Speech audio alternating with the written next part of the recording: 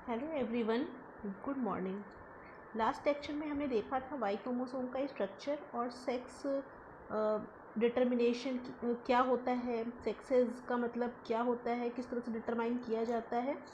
इसके बारे में हम थोड़ा सा इंट्रोडक्शन देख लिया था। ठीक है, सेक्स क्रोमोसोम्स के बारे में मेनली इंट्रोडक्शन देख लिया था हमने, डिटर्मिनेशन के बारे में नहीं देखा था। तो सेक्स क्रोमोसोम और स्ट्रक्चर ऑफ वाई क्रोमोसोम हमने कर लिया था। आज हम स्ट्रक्चर ऑफ एक्स क्रोमोसोम देखेंगे कि एक्स क्रोमोसोम कैसा दिखता है और उसमें क्या क्या पार्ट्स पाए जाते हैं। तो एक्स क्रोमोसोम का स्ट्रक्चर जनरल हमने बनाया हुआ है, नॉर्मल क्रोमोसोम जैसे स्ट्रक्चर बना दिया है मैंने यहाँ पे। ये सेंट्रोमियर वाला पार्ट है, मिडिल पार्ट, जिसपे हेट्रोक्रोमेटिन होता है, इस पे जीन्स नहीं पाए जाते हैं।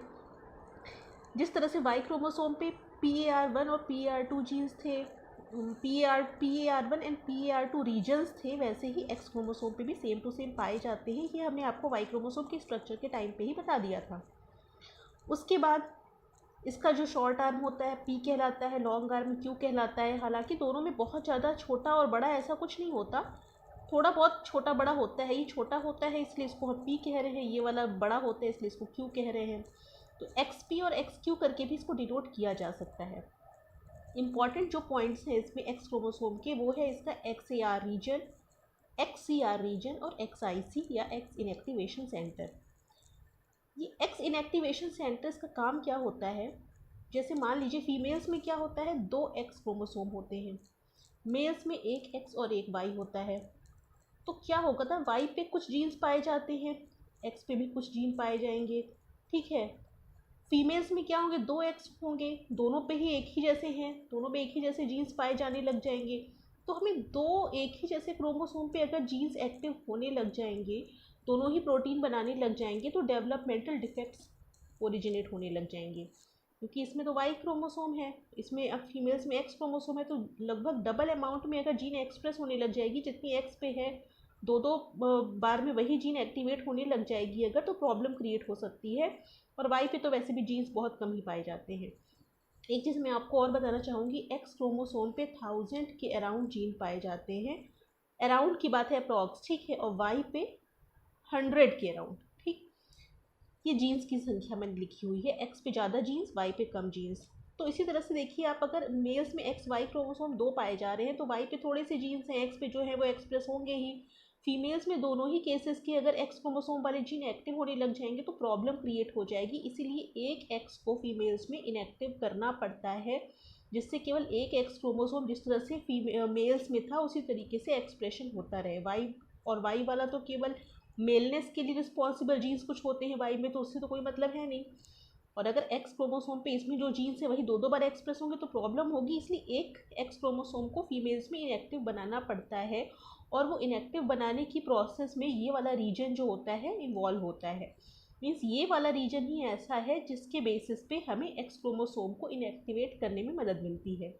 तो होता क्या है, फीमेल्स में 2 एक्स क्रोमोसोम होते हैं, एक इनएक्टिव हो जाता है तो एक ही एक्टिव रहता है, एक एक्टिव रहता है एक इनएक्टिव हो जाता है। ठीक है, तो एक एक्टिव रहता है, तो जो इनएक्टिव हो जाता है उसको हम बार बॉडी कहने लग जाते हैं। जैसे वैसे आप लोगों से इतना डिटेल में पूछा नहीं जाएगा, मैं थोड़ा सा ऐसी नॉलेज के लिए बता दे रही हूँ। 2 एक्स क्रोमोसोम अगर फीमेल्स में है तो एक इनएक्टिव कर दिया जाता है, क्योंकि दोनों क्रोमोसोम की जीन्स एक्टिव हो ऐसी ज़रूरत नहीं होती। ठीक है, उससे प्रॉब्लम क्रिएट हो सकती है। तो एक एक्स क्रोमोसोम को इनएक्टिव कर दिया जाता है फीमेल्स में, और उसको हम कहते हैं बार बॉडी। ठीक है, बार बॉडी। अगर किसी फीमेल्स में 3 एक्स क्रोमोसोम है, ठीक है, सुपर फीमेल है, तो उसमें 2 बार बॉडी होंगी, क्योंकि 2 एक्स क्रोमोसोम को इनएक्टिव करना पड़ेगा वहाँ पे। ठीक है, अगर 3 है किसी कंडीशन में, कभी कभी हो जाता है, ऐसी प्रॉब्लम क्रिएट हो जाती है, 3 एक्स क्रोमोसोम एक साथ आ जाते हैं। ठीक है, वो एबनॉर्मेलिटी वाला केस होता है, लेकिन वहाँ भी 2 एक्स क्रोमोसोम इनएक्टिव हो जाते हैं। तो ये हमारा पार्ट हो गया, एक्स इनएक्टिवेशन सेंटर के बारे में बात हो गई। अब इसमें रीजन आता है XAR और XCR। XAR का फुल फॉर्म है एक्स एडेड रीजन, और XCR का फुल फॉर्म है एक्स कंजर्व्ड रीजन। होता क्या है, देखिए, जो एक्स और वाई क्रोमोसोम है, इनकी ओरिजिन किसी न किसी क्रोमोसोम से हुई है। पहले एक ऑटोसोम था। एक ऑटोसोम में ही कुछ ना कुछ वेरिएशन, इवोल्यूशन की प्रोसेस ऐसी हुई कि उससे 2 तरीके के क्रोमोसोम बाद में बने, एक्स और वाई क्रोमोसोम। मतलब एक्स और वाई दोनों क्रोमोसोम की जो उत्पत्ति हुई है वो किसी एक ऑटोसोम से ही हुई है। ठीक है, तो मान लीजिए एक ऑटोसोम था, ठीक, उससे एक एक्स क्रोमोसोम बन गया, एक वाई क्रोमोसोम बन गया, ठीक है। तो इसमें एक्स और वाई क्रोमोसोम में कुछ पार्ट जो है हम उस ऑटोसोम के जैसा, जो जैसे मान लीजिए यहाँ पे जो सीक्वेंस थे, सेम वही सीक्वेंस यहाँ भी आ गए, सेम वही सीक्वेंस वाई क्रोमोसोम में भी आ गए, ठीक है। तो वो पार्ट कहलाता है एक्स कंजर्व्ड रीजन, मतलब वो रीजन कंजर्व्ड है, जहाँ से उनकी उत्पत्ति हुई है वहाँ के सीक्वेंस के जैसा ही है। कंजर्व्ड का मतलब ये है कि जहाँ से इसकी ओरिजिन हुई है वहाँ पे जो सीक्वेंस थे वही सीक्वेंस इसमें भी पाए जा रहे हैं, तो मतलब वो सीक्वेंस कंजर्व्ड कहलाते हैं। एक्स एडेड रीजन क्या है? जो बाद में ऐड हुए हैं इवोल्यूशन की प्रोसेस में, जो बाद में धीरे धीरे ऐड होते चले गए म्यूटेशन से या डुप्लीकेशन, जो भी इवेंट होते हैं उससे जो ऐड होते चले गए कुछ रीजन, तो वो एक्स एडेड रीजन कहलाते हैं। वाई क्रोमोसोम पे एक्स एडेड रीजन, ऐसे कोई एडेड रीजन होते नहीं हैं क्योंकि उसका तो एक पार्ट बहुत ही छोटा होता है, एक बड़ा होता है। तो एक्स एडेड रीजन में कुछ एक्स्ट्रा सीक्वेंस जो ऐड हो गए हैं इवोल्यूशन की प्रोसेस में वो आते हैं, ठीक है। और ऐसा कई एक्सपेरिमेंट्स में देखा गया है कि जब एक्स इनएक्टिवेशन होता है तो एक्ससीआर का तो मेजर पोर्शन, जो ये नीचे वाला पार्ट है एक्ससीआर, उसका तो सभी पोर्शन, सारे जीन्स इनएक्टिव हो जाते हैं, लेकिन कुछ जीन्स, बहुत कम जीन्स एक्ससीआर रीजन के एक्टिव तब भी बने रहते हैं, ठीक है। तो ये चीज़ हो गई आपकी, ऐसे स्टडी में पाया गया है, भी इस पर और स्टडी चल रही है, ठीक है। लेकिन हमें उससे बहुत ज़्यादा डीप में जाने की ज़रूरत नहीं है, हमको बस इतना पता रखना है कि जो एक्स क्रोमोसोम है उसमें भी 3 पार्ट है या 4 पार्ट कह सकते हैं। एक तो हमारा पार रीजन हो गया, एक सेंट्रोमेरिक रीजन हो गया, एक एक्सआईसी रीजन हो गया, एक एक्सएआर रीजन हो गया और एक्ससीआर रीजन हो गया। इसके बारे में आप अलग अलग हेडिंग डाल के लिख सकते हैं कि सेंट्रोमियर वाला पोर्शन मिडिल में होता है, जो 2 पार्ट में डिवाइड करता है, पी आर्म और क्यू आर्म, पार 1 और पार 2 उसका फुल फॉर्म लिख सकते हैं। स्यूडो ऑटोसोमल रीजन, ये वैसा ही होता है, सब वाई क्रोमोसोम पे था। एक्सआईसी के बारे में आप एक लाइन लिख सकते हैं, एक्सएआर और एक्ससीआर के बारे में आप एक एक लाइन लिख सकते हैं। इसको आप लिख लीजिएगा, मैंने यहाँ लिखा हुआ नहीं है क्योंकि आपको खुद से भी कुछ लिखना आना चाहिए, हर चीज़ यहाँ पे आपको परोसी नहीं जाएगी, ठीक है। अब देखिए बात करते हैं सेक्सेस की। सेक्स कितने टाइप के होते हैं? सेक्स 3 टाइप के होते हैं, सबको पता ही है, फीमेल, मेल और हर्माफ्रोडाइट्स, ठीक। फीमेल मेल के बारे में सबको पता है, हर्माफ्रोडाइट के बारे में थोड़ा सा डिस्कस कर लेते हैं। हर्माफ्रोडाइट्स क्या होते हैं? जिसमें मेल और फीमेल दोनों ही कैरेक्टर पाए जाते हैं, या तो एक साथ पाए जा सकते हैं या तो उनके डेवलपमेंट के टाइम पे अलग अलग टाइम पे अलग अलग सेक्स उसमें डेवलप हो सकते हैं। उसके बेसिस पे इसको भी 2 पार्ट में डिवाइड किया गया है, एक साइमल्टेनियस हर्माफ्रोडाइट, एक सीक्वेंशियल हर्माफ्रोडाइट। तो साइमल्टेनियस हर्माफ्रोडाइट में नाम से ही पता चल रहा है साइमल्टेनियसली, मतलब दोनों ही एक ही साथ प्रेजेंट हों, क्या दोनों एक साथ प्रेजेंट हों, मेल और फीमेल सेक्स ऑर्गन एक ही साथ प्रेजेंट होंगे तो उसको साइमल्टेनियस हर्माफ्रोडाइट कहेंगे। जैसे अर्थवर्म के केस में होता है। अर्थवर्म का अगर आप देखिए स्ट्रक्चर, आप देख सकते हैं, इसको आप इंटर की बुक में देख सकते हैं। अपने अर्थवर्म का स्ट्रक्चर अगर देखेंगे आप तो आप देखेंगे उसमें मेल और फीमेल सेक्स ऑर्गन दोनों मौजूद होते हैं अर्थवर्म में, ठीक है। एक जो उसके सेगमेंट्स होते हैं अलग अलग, तो उसमें एक कुछ सेगमेंट्स होते हैं फीमेल वाला, फीमेल गोनेट्स पाए जाते हैं, कुछ में मेल गोनेट्स पाए जाते हैं। तो एक ही टाइम पे साइमल्टेनियसली उसमें दोनों सेक्स ऑर्गन पाए जा रहे हैं तो उसको साइमल्टेनियस हर्माफ्रोडाइट कहेंगे। लेकिन कुछ ऐसे एनिमल्स होते हैं, कुछ फिशेस ऐसी होती हैं जिसमें डेवलपमेंट के टाइम पे, जैसे मान लीजिए कि अभी इनिशियल फेज है डेवलपमेंट का, तो उस टाइम सेक्स कुछ और है उसका, लेकिन आगे डेवलपमेंट जैसे उसका होता गया, जब उसकी एज बढ़ती गई तो उसका सेक्स चेंज हो जाता है। किस प्रोसेस से चेंज होता है, कैसे, कुछ उसमें ऐसे हार्मोन्स होते हैं जो ये प्रोसेस को कैरी आउट करते हैं, जिसकी वजह से सेक्स चेंज हो जाता है। बहुत कम फिशेस ऐसी होती हैं उसमें ऐसा पाया जाता है, तो वो हमारे सीक्वेंशियल हर्माफ्रोडाइट्स हो जाते हैं, ठीक। तो इसीलिए हमने साइमल्टेनियस में लिखा हुआ है contains both male and female sex organ, ठीक है। और इसमें can change their sex that is from male to female and vice versa. तो ये हमारे हर्माफ्रोडाइट्स के बारे में कुछ बातें हो गई। अब हम देखते हैं आगे सेक्स का डिटर्मिनेशन कैसे किया जाता है।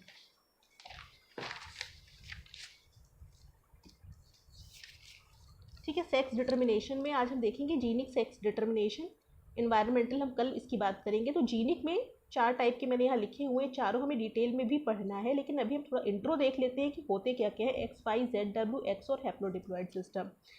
तो इसमें ये जो जीनिक सेक्स डिटर्मिनेशन है 4 टाइप का होता है। जो जीन से कंट्रोल होता है, मतलब जेनेटिक लेवल पे कंट्रोल होता है, इन्वायरमेंटल लेवल पर भी सेक्स कंट्रोल होता है, जिसके बारे में हम कल बात करेंगे, ठीक है। तो दोनों ही तरीके से सेक्स डिटरमाइन किया जाता है ऑर्गेनिजम्स में, जिसमें जीनिक में सबसे पहले X Y system of sex determination है, जो कि ह्यूमंस में पाया जाता है। इसके बारे में बहुत ज़्यादा बात मैं नहीं करूँगी क्योंकि आपको पता है।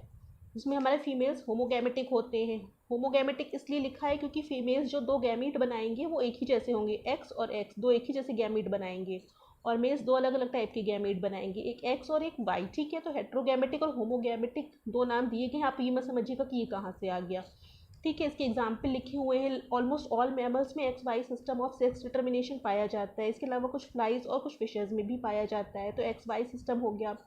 इसके बाद आता है ZW system of sex determination. ये भी आपने इंटर में पढ़ा होगा कि बर्ड्स और स्नेक्स में पाया जाता है, बटरफ्लाइज में भी पाया जाता है। इसमें उल्टा होता है, इसमें मेल्स होमोगैमेटिक होते हैं, मतलब एक ही टाइप के गैमीट्स बनाते हैं Z और Z, और फीमेल्स हेट्रोगैमेटिक होते हैं जो अलग अलग टाइप की गैमीट्स की फॉर्मेशन करते हैं। तो ZW सिस्टम XY सिस्टम से बिल्कुल अपोजिट है, ये आप ध्यान रखिएगा। ठीक है, उसके बाद आता है XO system of sex determination. XO system में ये थोड़ा बहुत XY सिस्टम के ही सिमिलर है, जिसमें फीमेल्स डबल एक्स वाली होती हैं और मेल्स XO वाले होते हैं। मतलब मेल्स में केवल एक ही क्रोमोसोम पाया जाता है, XY नहीं होता, केवल एक ही X क्रोमोसोम पाया जाता है और एक जीरो, मतलब कुछ है ही नहीं तो जीरो की तरह डिनोट कर देते हैं। ठीक है, तो XO सिस्टम में फीमेल्स तो ऐसी होंगी जैसे XY में होती है, लेकिन मेल्स के पास केवल एक ही X क्रोमोसोम होगा, तो केवल X क्रोमोसोम के बेसिस पे डिवाइड किया जाता है, और ये पाया जाता है ग्रेस हॉपर में। ठीक है, तो XO system of sex determination grace hopper में पाया जाता है। ये काफ़ी बार पूछा जाता है कॉम्पिटिटिव एग्जाम्स में, तो आपको ये याद रखना है कि ग्रेस हॉपर में बना कुछ लोग ZW लिख के चले आते हैं। उसके बाद आता है हैप्लोडिप्लॉयड सिस्टम ऑफ सेक्स डिटर्मिनेशन। बहुत इंपॉर्टेंट है, इसके बारे में हम डिटेल में बाद में बात करेंगे। अभी आप समझ लेते हैं कि इसमें होता क्या है। ये पाया जाता है हनी बी में।